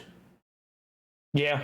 That would have been a hard one for me to go past. That's in the beginning. Yeah, in the beginning, in the earlier parts, right? So I think that would have been a tough one for me to kind of like look past and walk past. Yeah. But yeah, no. With all that being said, I hope you guys enjoyed watching Vinland Saga as much as we enjoyed watching Vinland Saga. Of course, wherever you're watching this, if you're watching this on, whether it's been snipped up and put onto TikTok or Facebook or whatever, or you're watching this on YouTube, of course, you can get this over at youtube.com/RecordTheGaming, guys. Let us know what you thought of Vinland Saga in the comment section below. Are you excited for season 2? I know we're excited for season 2, but that'll be that. That's all we got on Vinland Saga. Jeez. That's what we thought. The next segment that we got, of course, that's our news, baby. News time. We're gonna do. Excuse me. We were gonna call this segment "To Weeb or Not to Weeb," but we seem to run into an issue where me and Mitch actually have the exact same stories that we both want to talk about, but not really talk about. We're gonna call this a news segment. Yeah, right. Let me see. So the first one that we got here. Or I did find one article that was really cool. So we can start with that one, actually. This probably could have been a really good intro, actually. But the article is titled "A Guide to Crafting the Perfect Saturday Morning Anime Block." And the idea behind it is that you take a streaming service like Crunchyroll, or you take a streaming service like Hulu, wherever you watch your animes at, right? And you can it gives you a guide on how to create your own Saturday morning cartoon like anime block, right? Dope. So they've got things, so they have it based off of how it used to be done, like, back in the day, right? And so from 8 to 9, right, you would watch 2 episodes of a kids battle action, which is the examples they give would be like Digimon, Yu-Gi-Oh, or Beyblade. It's a cute date idea, isn't it? Right? Like, I would think that it'd be a fun do that. It'd be like a fun Saturday morning thing. You can do that one of these days. One of these days. Then you have your 9 o'clock block would be myself. Oh, well, oof. Your 9 o'clock block would be a shonen, of course, something like Shaman King, My Hero Academia, Fairy Tail, etc., etc. We all know what shonens are. Then 9:30 would be a magical girl. The ones they recommend are Tokyo Mew Mew, Cardcaptor Sakura, really good show, and Sailor Moon, also really good. And then 10 o'clock would be 2 episodes of a long-running battle action. This is where you would throw in something like Naruto, One Piece, one of your bigger ones, right? Bleach, yeah, Bleach, that'd be a good one. Then 11 o'clock would be your mecha, which, obviously mobile suits. And then obviously it could be anything, but, Mobile Suit Gundam's the one they give you. And then 11:30 would be something that's a little more mature, right? So you would have like Cowboy Bebop, Full Metal Alchemist, Death Note, something along those lines, right? So then one of the shows that deal with a little more mature themes. But I thought this would be kind of cool to actually try out and do, because it's something that I never really thought about growing up as a kid, right? But being even as an adult, you don't think about that, because when you're thinking about watching a show, you're not thinking like, "Ooh, I'm gonna watch multiple shows." I mean, I don't think the average person thinks like, "I'm gonna watch multiple shows. Like, I'm gonna watch 2 episodes from one show, then 2 episodes from another." Yeah, like you're probably gonna like watch an entire series or an entire like season all together before you switch to the next show. Yeah. So it's cool. It's a really cool concept. It's really really neat idea. And it's kind of like cool to see like the insides of how cartoon, or not cartoons, but network blocking worked, right? Like how networks like blocked out stuff. Dalton says that's a good way to watch new shows that may not be your thing. That's also a good idea, right? Like you could throw in some stuff like I'm watching Ayowashi. It's the soccer one right now, which is actually it's really good. It's when's Blue Lock pretty good. That is in October. I want to say October 8th. That sounds right. Somewhere around there. It's definitely going to be on the list of stuff that I'm going to be watching. But no, I thought that'd be a fun one to kind of bring up and talk about. But yeah, no, that's cool. Yeah, cool idea. I'll put the link to the article in the YouTube comments or whatever, or YouTube description, and I can give it to you guys here on Twitch right now. There you go. Next, let's talk about. Well, I guess I do have a couple that you don't have. Yeah. No, that's nothing.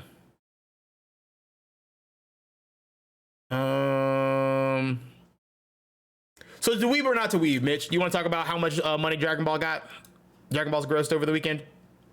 I did the movie itself, so we really don't have to talk about this. We can just briefly talk. You can just say something brief about it. So to not weeb. Our opinions. Not to weeb. But Dragon Ball, for those that want to know, Dragon Ball superhero crossed $32 million outside of Japan. Doing great. Crazy. Yeah, it's doing so great. It's doing fantastic. Which is, on the one hand, I will say, listen, for all things considered, right? All things being considered, I'm happy that it's doing well. Because that means we'll probably get another one. Yeah. And who knows? Maybe instead of doing an entire series, right? Maybe we'll get a movie version of the Moro arc. Maybe we'll get a movie version of the Granola arc. Would you be happy with this? I'd be happy with the movie version of both those arcs because I already have read the story. I already know the story.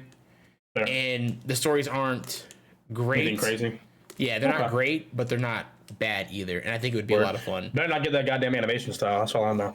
No, you probably are, to be honest with you. I know.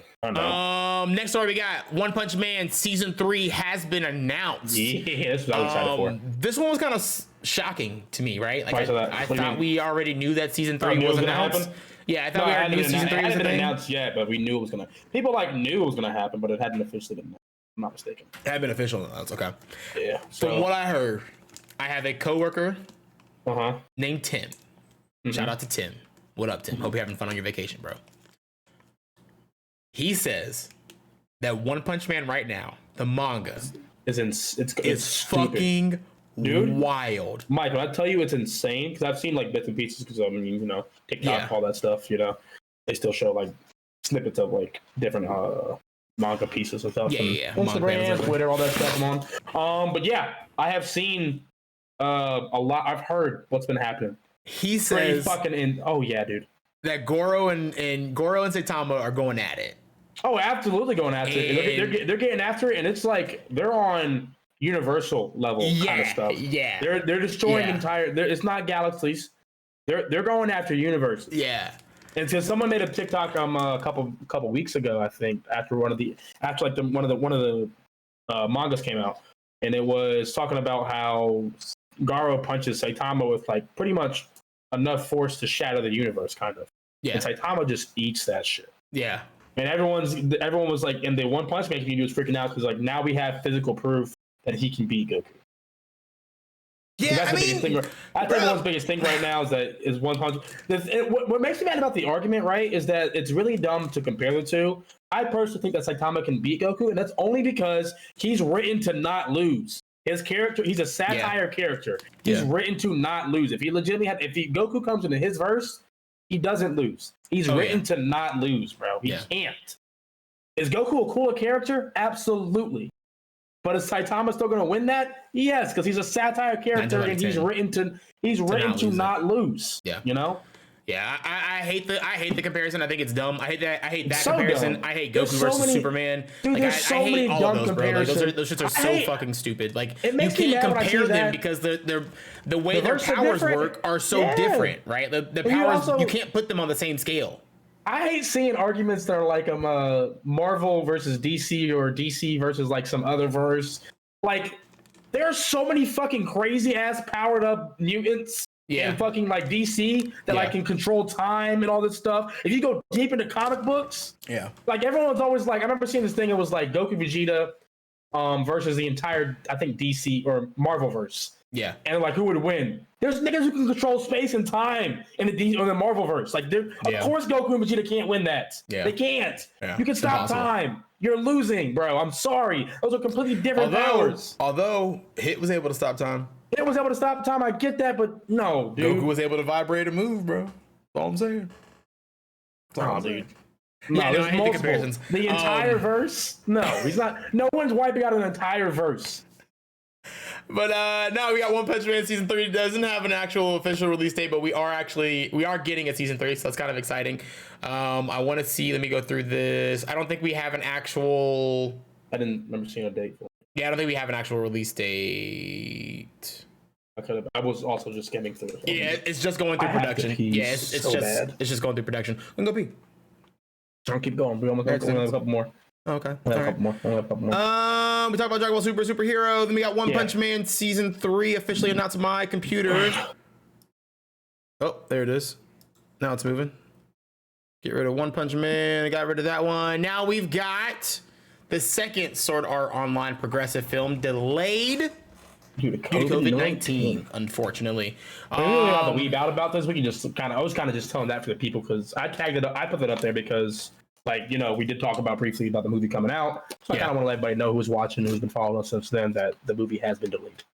So the first film, thanks to COVID, and the ADA film and the project opened in Japan in October 2021.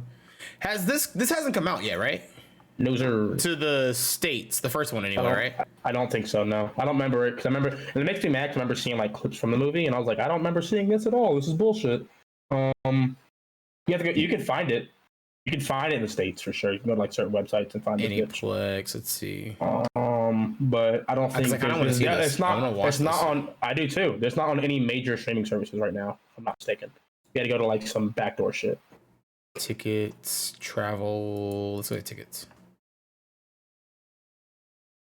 No, it's not in theaters right now. In theaters on Friday, December 3rd, 2021. You want to go back in time? Yeah, we can. Trying to go back in time. No, this link is available anywhere. But so the second progressive film. Of course, these are the movies that I believe in talk about Asuna's time during SAO. I think this is supposed to be a direct sequel to that is coming out. Was supposed to come out. Is this while she's not with? Yeah, while she wasn't with Kirito.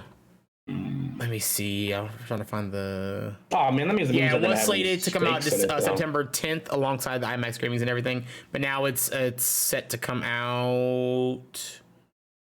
No date. No date. Right now, this they'll be revealed. New release date will be revealed at a later time. So that sucks. That's really sad. I really hope that it comes out. Hopefully, we get the actual Sword Art Online progressive. If anybody knows where to watch that at, let me know. Let us know. Comments or Twitch, whichever one you want to do. Let us know.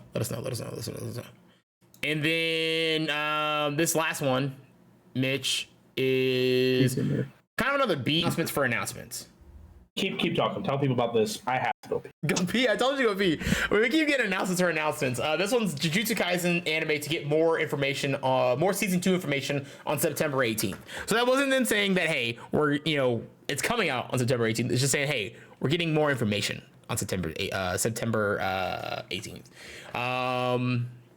Season's official website announcing tonight. So it's gonna get we're gonna get a special episode. So it's probably gonna be another OVA for the episode or for the new season OVA between season 1 and season 2. I'm not sure when that, or September 18th. Obviously that's when that's coming out. But I'm not sure when the actual season 2 is coming. I believe it's slated for 2023, sometime next year. So we'll have to see. We'll have to wait and see. But I think that's it for our news segment, man. And then, news, Mitch is not here, but with the news, that's when we roll into what have we been watching at this current moment in time, aside from Vinland Saga. Of course, we're anime fans, so we watch a bunch of different animes. I'm still in the process of trying to finish with Yo and gang, trying to get ready to fight, Yo and gang trying to fight however you say his name. It's boring, but it hasn't been the best, right? It's been kind of a slow burn to get things going.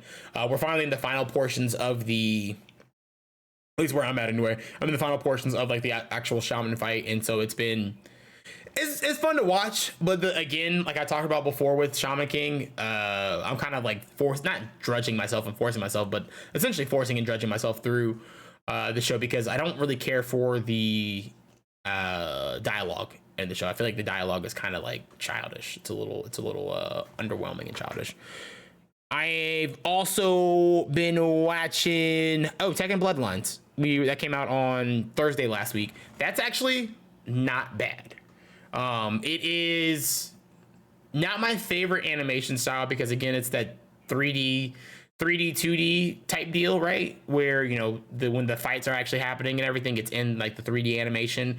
But the, you know, sometimes when they're just doing like normal talking, that's in like the 2D art styles. I haven't finished it. I think I've got like the back half of the episodes to watch today. So I think I'm halfway through episode 4. When we were watching it, I fell asleep, you know, halfway through it. But no, it's telling the story of Jin, and I've liked the rise, right? I've liked the change and everything. I think the story is interesting. I haven't really followed the story of Tekken since, like, with all the games or whatever, but I think if this is the actual story of Tekken, then I think it's really good. Fights were great. Yeah, fights are fantastic, bro. The fights are a lot of fun. That fight with Jin and what's his name? I think it's the first fight that he does. It's the first fight that he does, and then the fight with when we saw the clips of Heihachi and I think it's Kazuya, whatever. So Jin's dad and his granddad, right? When we see those fight, like the clips of those fights, that fight like fucking nuts. Mitch, they're in the middle of like think the final part of Dragon Ball Z Broly or Dragon Ball Super Broly or whatever, where they're fighting in like the lava area or whatever. Except they're on a platform surrounded by fucking lava, and these two fucking big ass dudes are just fucking throwing blows, bro. They're just fucking going after it, bro. It's so tough. It was cool. It was like a real quick second like moment or whatever. Mm-hmm. But it was really cool. I really liked it. Is that all you've been watching? Yeah, what I've been watching. And then, like I said, I've been watching Aoshi. I keep fucking that name up. It's the soccer one. I think I'm only like 3 episodes deep. I'm enjoying what I've watched so far. It is because it is kind of out of my wheelhouse as far as like shows that I watch. It's not one that I'm like, you know, dying to get back to, but I like the story. I like the idea that you know, this kid is learning how to be like a team player on this soccer team or whatever. And I kind of like the process that he's going through of like learning to appreciate where he's at as far as like his skill level and everything like that. Cause you know, his basic story is he's on this, you know, not shit team, but he's on this team where he's in like from like a podunk town where he's like the best on his team. And so for a while, or while he's playing on this team, right, whenever it was time for like the big scores or the big goals, right, they would always pass the ball to him and have him score the goals, right, because he was the better player. Well, one of like the best, one of the former best like youth players has become a coach, and he's become like one of the best coaches of all time. And he's out. He just happens to be out like at one of like these like scouting events or whatever. Happens to see the kid, then, you know, grabs the kid and tries to teach him how to do like this one technique, and he can't do it. Right, the kid can't do it, so he's like, oh, you know, all you gotta do is learn this technique, and then you know, I'll invite you to to like this other like high skilled like youth team, right? Long story short, the kid ends up learning how to do the skill at the last possible second, right? And then he ends up going to in the second episode, he ends up going to what turns out to be not the actual team. He ends up going out to for the tryouts, and so now he's no longer in just this pool of, you know, kids that are like not like he's no longer the best, right? He's not surrounded by people that are all the best, right? And they're trying to figure out who they're going to put on this youth team. And the cool thing is it's not all about like scoring and hitting the goals, right? Like they've got characters in here who they've been watching who are, you know, more analytical when it comes to like, you know, placing players in the right position. They've got players that they're watching that are, you know, more like motivational type characters where they're trying to like, you know, they're more worried about like team morale and, you know, trying to bolster up the team and everything like that. So it's really cool to see them try to build this team out from all aspects, and not just like we're trying to score these goals. We're trying to just make these literally, you know, hype moments happen with, you know, traditional like with, you know, soccer or whatever. Mm-hmm. Not to mention from what I've been told, the plays and the the way the game is actually like the way the show is actually shot. Apparently, is supposed to be like as accurate as you can get to actual soccer, and like it's supposed to be based on supposed to be grounded in some form of like reality. Like these things could actually happen.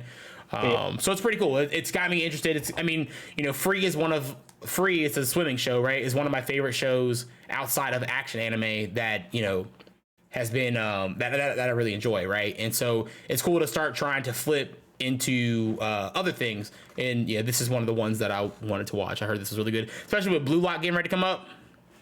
I gotta get into some soccer, bro. I gotta be able to get my soccer terminology down. Yeah, coming to that.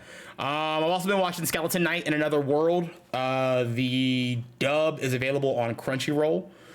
That show's actually not that bad. It's not that bad. It's actually not that bad. It's actually pretty good. I actually enjoyed it a lot. Now that I don't have to sit and like actually watch, it may have just been the having to read subtitles, and I did not like the subbed voice, but it is what it is. There's a motherfucking birthday boy in the chat. What up, big dog? What they do? Happy birthday! Happy birthday, legend! What up, big dog? Birthday, motherfucker! Came up on $100 and a half gallon of Crown Apple. Jesus! Yeah. Jesus Christ!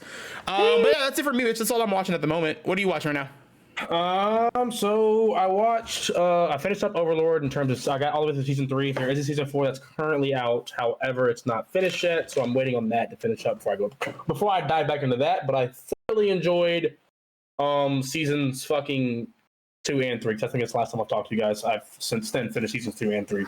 Yeah. This nigga, the main character, fucking Eintul Gold is Eins. It's fucking insanely powerful. Yeah. Like during the second to last episode, he took out pretty much an entire army with one spell, killed 70,000 men with one spell. God damn. And then proceeded to use those sacrifices of those 70,000 bodies to finish taking out the rest of the entire army. That motherfucker's strong as shit. He's a strong ass motherfucker. Yeah. Way too powerful. But yeah, I thoroughly enjoyed it. I mean, in terms of like the storyline for it, it can get a little confusing at times, but it's not bad. It's nothing great. The storyline isn't anything to write home about, but the action in it is good enough to keep me around. What's up? And then after I finished season 3, I hopped right into The Daily Life of the Immortal King because I found it on Netflix. And at first, I didn't watch it at first because I saw some cool ass like scenes from TikTok a while ago. I didn't watch it because it was subbed. Yeah, I really didn't feel like having to read sub, or I don't really have to, not feel like, but I didn't have time to really read sub, because normally watching anime when I'm at work. Yeah. But this past weekend I really didn't have anything to do after Taco Fest, so I think I spent the entire day Sunday watching it, and it was actually really fucking good. It's about this main character. I already forgot this motherfucker's name. I just watched it on Sunday. That's insane. The main character pretty much is an OD ass character. He's super powerful. Yeah, isn't he like the reincarnation of Demon King that was originally? Pretty much. Yeah. An old ass Demon King, and he's fucking strong as shit. It's not an isekai. It's just he's literally just a reincarnated. Demon King was reincarnated as a person. Yeah. Mm-hmm. Mm-hmm. And he's strong as fuck. Clearly, is able to take on a lot of enemies, but he wants to live a normal life because if he unveils his true power to the entire world. Isn't like the world gonna blow up? Something like that? Yeah. This motherfucker has the ability to rewrite time. He can go back in time. That's how strong he is. He can literally go back and rewrite time. Jesus. Because at the very end, his seal, I think in the last episode, because the season 2 is out right now. Only problem with season 2 is that it's on Funimation, and Funimation is so fucking glitchy sometimes. Funimation is an ass app. It's so ready. I'm so ready for Funimation to finally just be completely merged into Crunchyroll. Because let me tell you, that app for the most part is some fucking. It makes me so mad because I'm trying to watch it with the subtitles, but I can't because I can't get the fucking subtitles to generate. So I haven't watched season 2 yet. So that's what leading me to my next anime, but I'll get that in a second. But yeah, so I wanted to watch season 2 of it, but I can't yet. I'm really excited to watch it. Hopefully, it comes to Crunchyroll. It's gonna come Crunchyroll. That I'll watch it then. Yeah. But it was actually really good. The storyline for it, there's a lot of storylines for it's pretty good. It's kind of like a love story.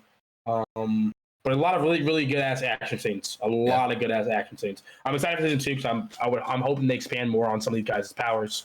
I want to know more about them. But after that, I finished that on Sunday, and then I hopped into Tanya the Evil. Saga of Tanya the Evil. It's called Saga of Tanya the Evil. Tanya the Evil? Yes, it's an isekai, but the main character, he's kind of OP. Basically what happens is the main character, he is a man that's working in finance. Okay. Gets killed by a train. But as he's about to get killed, he fires a guy, and the guy gets mad and tries to kill him. He pushes him into a train. So he dies like that. But before he dies, he has a moment where he's talking to God, quote unquote. He calls him being X. Yeah. And he was like, "Why don't you fucking worship me?" Pretty much. He's like, because pretty much, the dude is a very analytical thinker, and he never believed in God because he kind of has to have proof. He has no proof of him to exist. And the God being X pretty much tells him like, "Hey man, I'll reincarnate you. But at some point in time, you got to believe in me, boss man. Like, I need you to believe in me." Look, I do believe in fairies. I do. Yeah, pretty much. And then he gets kind of main character is or Tanya. He becomes Tanya. Okay. He gets reincarnated to a very small girl. And he's also gifted with a bunch of really good magical ability because it's not the world isn't centered around magic, but magic's used a lot in the world, especially in terms of war. So he's a very strong soldier from the age of like 6. Okay. Or she's a very strong soldier from the age of 6. Like and she's and so she's the dude in the chick's body. Yeah, but it's called. You really, by this point, by like the episode I'm in now, I think episode like 9, you just realize it's just really just Tanya. Okay. You just consider it like consider Tanya, but she's really fucking evil in terms of like she does not give a fuck. It's her way or no way at all. Okay, it's her way or no way at all. Fair enough. She just be whooping people's asses sometimes, like because she's in the military, and I get vibes like it's Germany versus the entire like what would happen if Germany kind of wins the war. Yeah, but it's kind of like I kind of get those vibes. It's the Empire versus the Republic. Normally when you're called the Empire, you're normally the evil guy. Usually bad. You're usually not a good person. Yeah.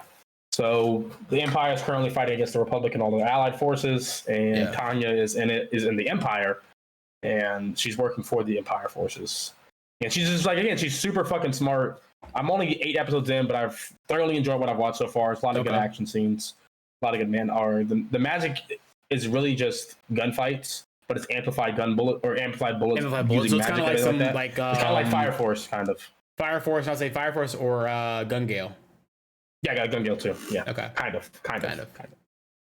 Legend says my nephew that took me made $1,200. Oh, that's lit. Where'd y'all go? Did y'all go to like a casino or something? I had to go to a casino. Yeah, that's dope. Yeah, it's tough. And then Yanks fan asks, "Have you watched Spare Me, Great Lord?" I can't say that I have. I have not, but is it an isekai? If you think it's good, man, maybe we'll give it a shot. Maybe I don't know. After this, I already decided what I'm gonna watch after Tanya's Evil because Tanya I think only has 12 episodes. It might have 24. I don't know. I'm gonna see tonight because I'm definitely gonna continue watching. We'll go off stream. Yeah. I'm gonna watch The Executioner and Her Way of Life. It's on Amazon Prime. The Executioner of Her Way of Life. The Executioner and Her Way of Life. Executioner. Wait, you said the Executioner. It's called The Executioner. The Executioner and Her Way of Life. And Her Way of Life. Okay. Yeah. I need to go back to finishing Biscuit. This is for the Biscuit Hammer. Biscuit Hammer. I saw that. Yeah, I've heard. I saw that on. From what I've seen, it's pretty good. I saw that on because it's on Crunchyroll as well. I was thinking about watching it, but it's not caught all the way up yet, so I didn't give a fuck about it. Yeah, it's weird. It's doing that weird thing with like it's not simuldubbed, unfortunately. So it takes about a week for the episodes to come out, and so I think they're like technically an episode or maybe 2 episodes behind. Gotcha. So I'm trying to see where Spare Me, Great Lord even at. Let us know down in the comment section below what you were watching. Let us know what you think of Vinland Saga Season 1. I think that's going to wrap our show for the day, Mitch. Or you guys something else to say? Something else to bring up? No? That's going to wrap your Anime Bros for today. What is today? Today is Tuesday, September 23rd, 2022.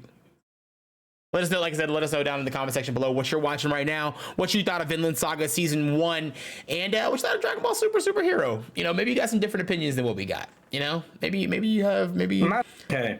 Yeah, that's wrong, okay. But that's okay. Yeah, everybody's entitled to their opinion, But until next time, guys, love y'all. Catch you later. Deuces! What are we doing?